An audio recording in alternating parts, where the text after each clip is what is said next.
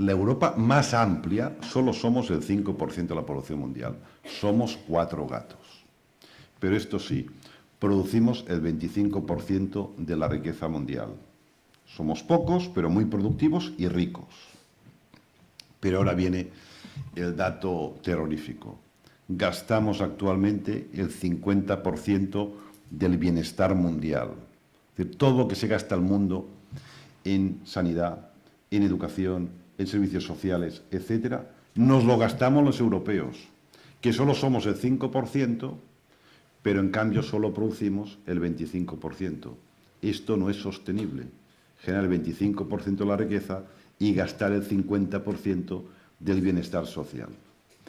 Y esto, evidentemente, a los ciudadanos europeos estamos totalmente tensionados y no vivimos para nada estos cambios de signo negativo, europeos y norteamericanos.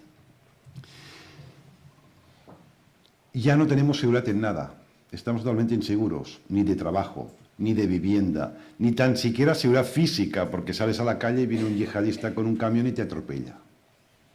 Y entonces estamos presionando enormemente al sistema político, a los políticos, para que nos den respuestas a estas grandes incertidumbres.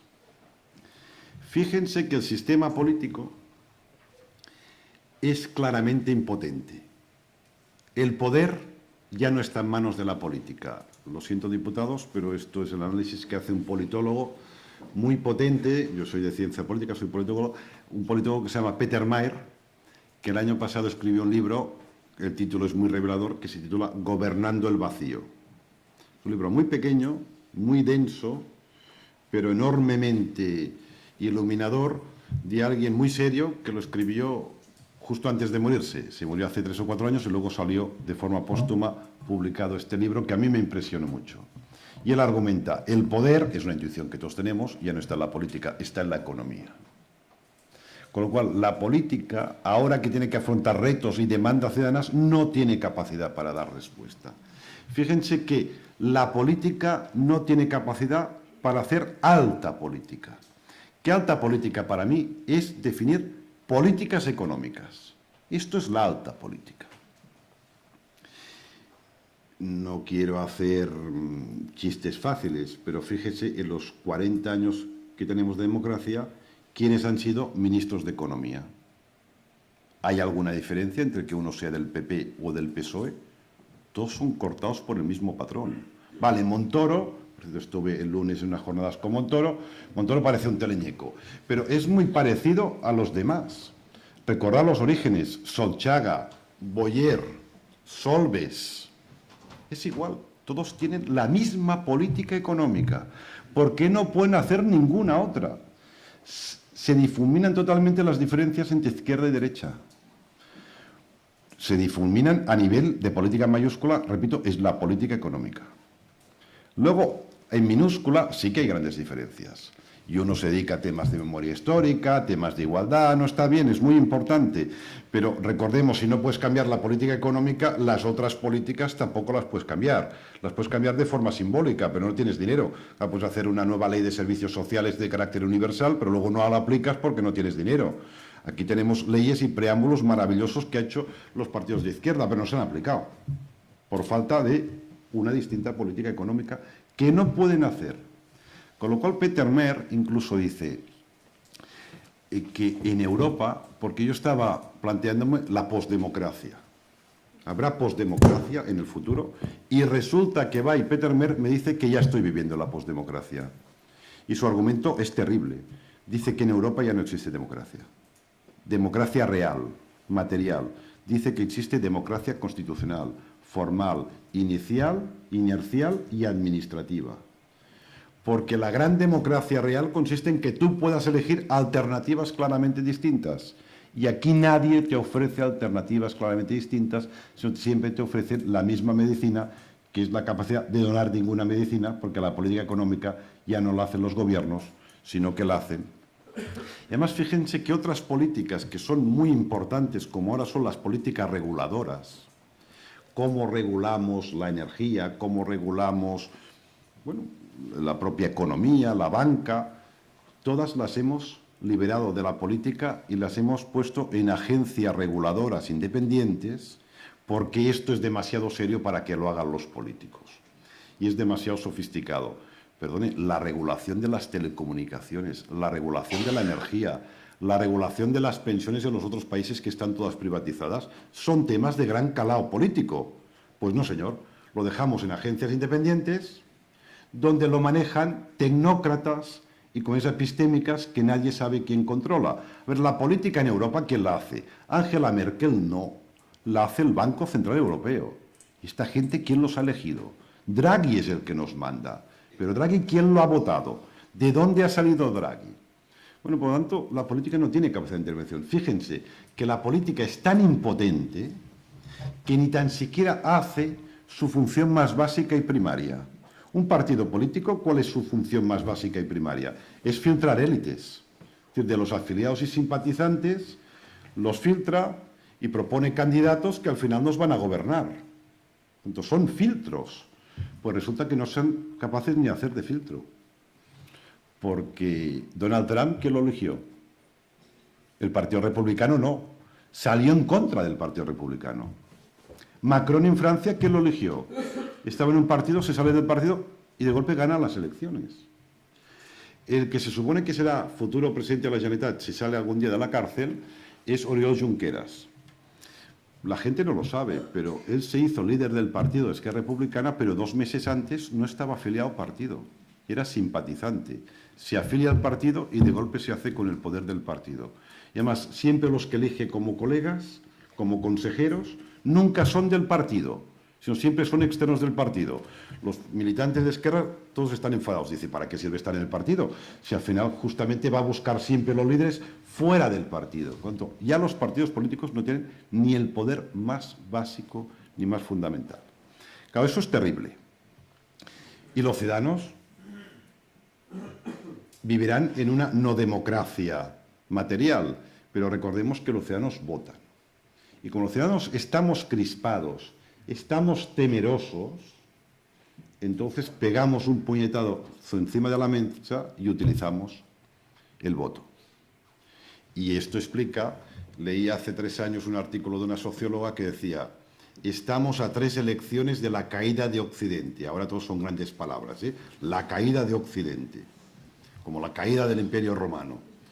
Dice, primero si sale el Brexit, segundo si gana Donald Trump y tercero si gana Le Pen. Dice que sucedan las 3 es muy difícil, pero cuidado que las elecciones las carga el diablo. Primero sucedió, segundo sucedió, el tercero no.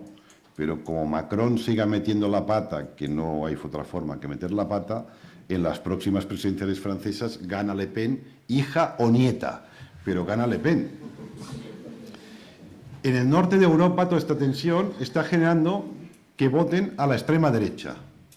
Extrema derecha que ya está gobernando en coalición y que va a acabar gobernando de verdad.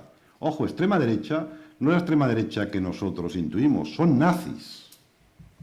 En el sur de Europa nos da por opciones más de extrema izquierda, más de carácter populista, Syriza, Podemos, Beppe Grillo en Italia. Yo siempre digo, Podemos es una versión bastante ilustrada comparada con Beppe Grillo, etcétera. O sea que, pero son soluciones alternativas que escapan en el marco de partidos políticos tradicionales. Y en Estados Unidos votan a Donald Trump.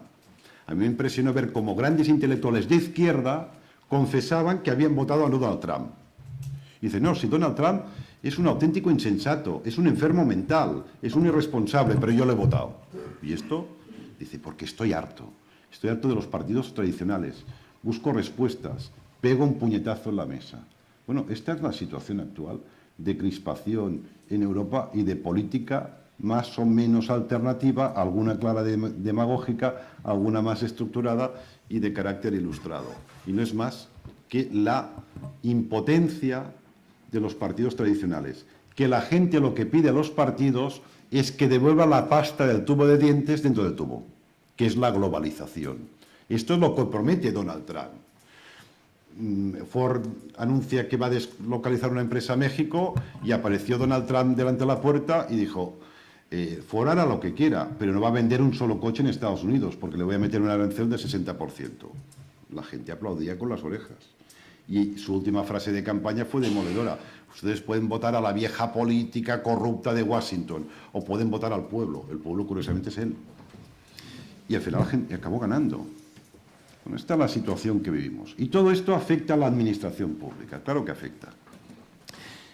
Cuando yo hablo de la impotencia de la política, a los funcionarios se les asoma una cierta sonrisa. Como del gato que se ha tragado el ratón y le sale todavía la cola, porque como ustedes conviven tanto con los políticos, al final el roce hace el cariño, pero también el roce genera el conflicto. Y ya le tiene un poco de manía a los políticos. Y que venga uno y diga, no, los políticos son todos una banda de impotentes, esto genera una cierta satisfacción personal. Error craso. Toda la energía del Estado, toda la energía de la administración pública depende en exclusiva de la energía del poder político. Nosotros, si el poder político no tiene fuerza, desaparecemos totalmente como administración pública y como intermediario. ¿Y cómo hemos respondido a todos estos dilemas y, digamos, exigencias? Bueno, con el concepto de gobernanza. Y todo el mundo está encantado con el concepto de gobernanza. Si tú hablas con los de las escuelas de negocios, SADIS, Instituto de Empresa, y con los empresarios, están encantadísimos con el término gobernanza, porque todos son relaciones público-privadas, todos son externalizaciones, todos son partenariados público-privados. No, y no estoy en contra, ¿eh? Claro que asumimos competencias tan oceánicas que necesitamos la colaboración y concurrencia de las empresas privadas con ánimo de lucro en la prestación de servicios públicos. Faltaría más. No podemos especializarnos en competencias tan diversas y oceánicas. Bien. Si vamos al otro sector de administración pública, el lunes tuvieron a mi muy buen amigo Quim Brugué. Hay un sector que yo le llamo el Kumbaya o Happy Flowers, que es el mismo Subirats, Quim Brugué, etcétera, que están encantados con el término gobernanza, porque todo es empoderamiento de los ciudadanos, todos son sistemas participativos, sistemas colaborativos, cooperativos, todos son movimientos sociales, asociaciones de vecinos, ONGs. Fantástico, claro que tienen toda la razón. Claro que nos tienen que ayudar los actores sociales, los ciudadanos que quieren empoderarse y cogestionar los servicios con nosotros y también codecidir. Faltaría más, movimientos sociales, etcétera. Total, aquí todo el mundo está encantado con el concepto de gobernanza menos yo. Porque a mí esto me genera mucha incertidumbre. Es un concepto muy ambiguo y además muy elástico. ¿Qué significa esto de gobernanza? Gobernanza significa que entre todos lo haremos todo. ¡Hala! ¡Qué divertido! Todos son flujos, espacios de flujos, como dice Castells, etcétera. A mí esto me pone muy nervioso. ¿Cómo que entre todos lo haremos todo? Sin orden ni concierto. Entre todos haremos todo defender el bien común y el interés general. A ver, las empresas privadas yo no las veo muy facultadas para defender el bien común y el interés general, ¿eh? Legítimamente van a lo suyo y a buscar beneficio.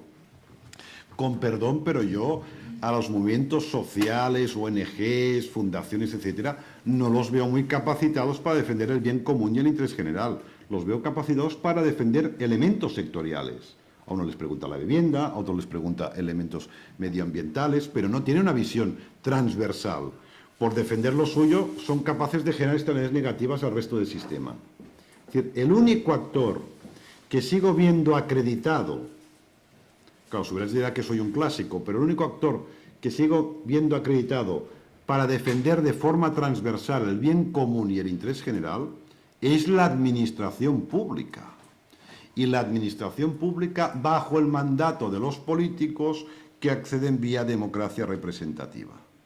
Pero claro, este papel de administración pública como director de orquesta de las redes de gobernanza, lo que en la literatura se dice con un palabro, es decir, una palabra que no está en el diccionario y que es horrorosa, la literatura dice que alguien tiene que ejercer el rol de metagobernador. Fíjense qué palabra más horrible.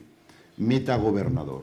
¿Qué quiere decir? Vale, sí, entre todos lo haremos todo, pero alguien tiene que dirigir esta orquesta. Alguien tiene que llevar la agenda. Alguien tiene que coordinarlo. Bien, Lo que está en duda, cuando Subirats dice, Carles, la administración pública, date prisa porque va a desaparecer, no se refiere a que desaparezcamos físicamente, siempre estaremos presentes. Se refiere a que podemos desaparecer cualitativamente. Desaparecemos el día que no seamos capaces de ejercer el rol de metagobernador, de directores de esta orquesta de redes de carácter privado, con ánimo de lucro y sin ánimo de lucro. Y este rol en el presente y en el futuro de metagobernador no lo tenemos en absoluto asegurado, sino este es nuestro gran reto. Nos tenemos que reciclar y renovar para poder asumir este rol de director de orquesta en redes complejas y horizontales en el marco de la gobernanza. ¿Y cómo afrontamos nosotros este reto? Además de que se os ha ocurrido la etiqueta pues del sistema de gobernabilidad, luego lo respondemos con sistemas muy precarios, no organizativos, que no lo hacemos tan mal a nivel de organización. Yo soy especialista en gestión y organización y sí, tenemos elementos que pulir, pero eso no lo hacemos del todo mal. Nuestros problemas son más graves, son institucionales, que son más profundos. Fíjense que respondemos a este reto con estructuras burocráticas, muy rígidas, poco contingentes, muy castradoras. Bien, es un primer elemento. Segundo elemento, con enormes capturas políticas. Los políticos capturan parte de la organización y la empiezan a manosear. Capturas también de carácter sindical y capturas de carácter corporativo. Aquí hay palos para todos. Fijémonos, y además seguimos tendencias de carácter natural. Hablemos, por ejemplo, de algo que es muy doloroso, que es hablar del clientelismo. No queremos reconocer que en la administración pública sigue estando presente el clientelismo. Y es más, que cada vez está más presente, que en vez de ir a mejor vamos a peor. Vamos a reconocer nuestros fallos. Fíjense que Fukuyama, el gran gurú que predijo el fin de la historia, luego se desmintió y está dándole que te pegó con la historia, y ha sacado recientemente un libro de 2 obras, 1600 páginas en total, sobre el origen del orden político institucional. El primer libro va de la prehistoria y es de carácter universal hasta el siglo XVIII, y el segundo libro va del siglo XVIII hasta la actualidad. Y dice, la forma natural que tenemos los seres humanos de organizarnos es mediante redes de familiares y amigos, con los que establecemos sistemas de reciprocidad. Es decir, la forma natural de organización humana es de carácter clientelar. Entonces, la lucha contra el clientelismo no es una lucha del siglo XIX que se acaba a principios del siglo XX en la firma, es una lucha infinita, porque estos instintos naturales de carácter social siempre aparecen. Por tanto, no nos relajemos, hay que luchar hasta el infinito contra el clientelismo en nuestras instituciones públicas, porque esta es nuestra forma natural de organizarnos, ni buena ni mala, es la natural. Lo que pasa para una institución pública es negativa, porque genera una organización evidentemente clientelar, con tendencias corruptas y de carácter premoderno y artesanal. De ahí salió Weber, el denostado Weber, y por eso el hombre se inventó el modelo burocrático. Dijo, no puede ser, aquí la tecnología avanza muy rápidamente y las instituciones van muy lentas y funcionan de forma premoderna, artesanal y clientelar. ¿Nos suena esto? Pues parecido a lo que nos sucede ahora. Y él dijo, no, yo quiero unas instituciones que sean modernas y potentes, que estén en sintonía con la renovación y revolución de carácter tecnológico. Y curiosamente el modelo weberiano, modelo burocrático, es una apuesta hacia la modernidad. Y él dibuja administraciones públicas totalmente modernas y evidentemente de tipo meritocrático.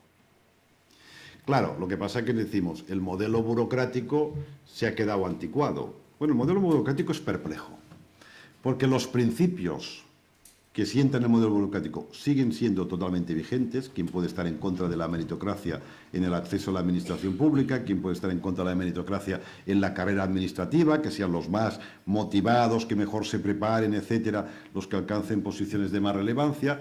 ¿Quién puede estar en contra incluso con el concepto tan anticuado como es el de jerarquía? Ahora que todo es red y todos son sistemas colaborativos y cooperativos, la jerarquía es una auténtica anticualla. Sí, en Silicon Valley sí, quizá en el Corte Inglés también, pero la administración pública no es ninguna anticualla, ¿eh?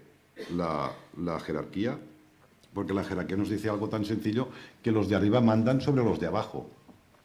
Y los de arriba son los políticos, y los de abajo somos los funcionarios. Y de que se respete la jerarquía depende ni más ni menos la legitimidad democrática de la administración pública, porque los políticos son los que nos dan legitimidad democrática dentro del sistema. Bien, pero todos sabemos que el modelo burocrático funciona mal. Pero todos ustedes, como media, creo que dedican, yo también, un 20% de su tiempo de trabajo a extorsionar y a hacer trampas al propio modelo burocrático. Dedicamos un 20% de nuestro tiempo a hacernos trampas al solitario, que es la cosa más estúpida que hay en la vida. Hacer un solitario y luego hacerte trampas. Eso es lo que hacemos con el modelo burocrático. Ojo, que si alguien es gestor de recursos humanos, dedica el 100% de su tiempo a hacer trampas. Porque si no, no le sale ni un solo solitario. Y para subir tiene que estar haciendo trampas. Claro, esto es un desgaste de energías enorme. Bueno, tenemos que... Como el modelo burocrático no nos acaba de dar soluciones, ya hace 25 años nos inventamos el modelo gerencial.